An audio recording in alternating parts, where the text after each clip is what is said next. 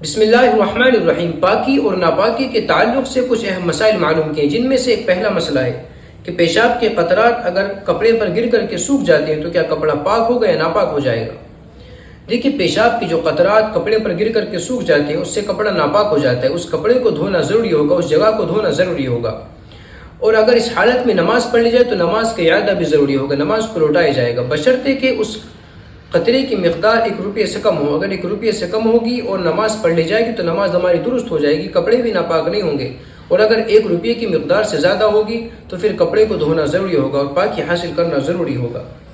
اسی طریقے سے ایک دوسرا مسئلہ معلوم کیا کہ وضو کے بعد ناخن کاٹنے سے کیا وضو ہمارا ناقص ہو جائے گا یا نہیں؟ دیکھیے، وضو کرنے کے بعد بھی ناخن کاٹے جا سکتے ہیں۔ نواقض وضو میں ناخن کاٹنے سے ہمارا وضو ساقط نہیں ہوتا ہے، وضو نہیں ٹوٹتا ہے، وہ ہمارا وضو باقی رہے گا۔ ایک تیسرا مسئلہ ہے کہ اگر سردی کا موسم ہو اور رشتہ دار کے گھر احتلام ہو جائے، کپڑے ناپاک ہو جائے، بدن ناپاک ہو جائے تو کیا تیمم کر سکتے ہیں یا نہیں؟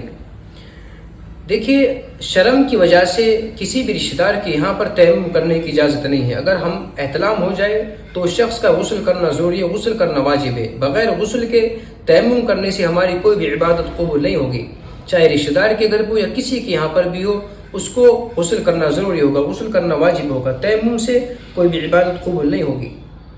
ایک مسئلہ ہے کہ لحاف میں اگر منی لگ جائے، منی کے قطرات لگ جائے تو اسے پاک کرنے کا طریقہ کیا ہوگا؟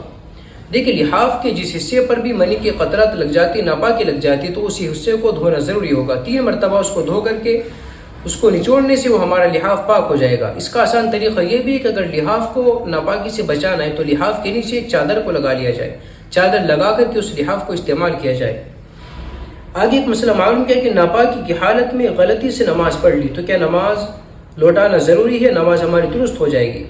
دیکھیے، وہ نماز ہماری درست نہیں ہوتی جو ناپاکی کی حالت میں ہم ادا کریں۔ اگر بعد میں علم ہو جائے کہ ہم ناپاک ہیں، ہم نے فجر کی نماز پڑھی ہے تو اس نماز کا اعادہ ضروری ہوگا۔ اسی طریقے سے اگر قرآن شریف پڑھا، چھو لیا، یا اسی طریقے سے مسجد کے اندر آ گئے تو اللہ تبارک و تعالیٰ اس غلطی کو معاف کر دے گا۔ اس پر کوئی کفارہ، کوئی بھی چیز لازم نہیں ہے، صرف اللہ تبارک و تعالیٰ سے توبہ استغفار کر لیں، لیکن نماز کا اعادہ ضروری ہوگا۔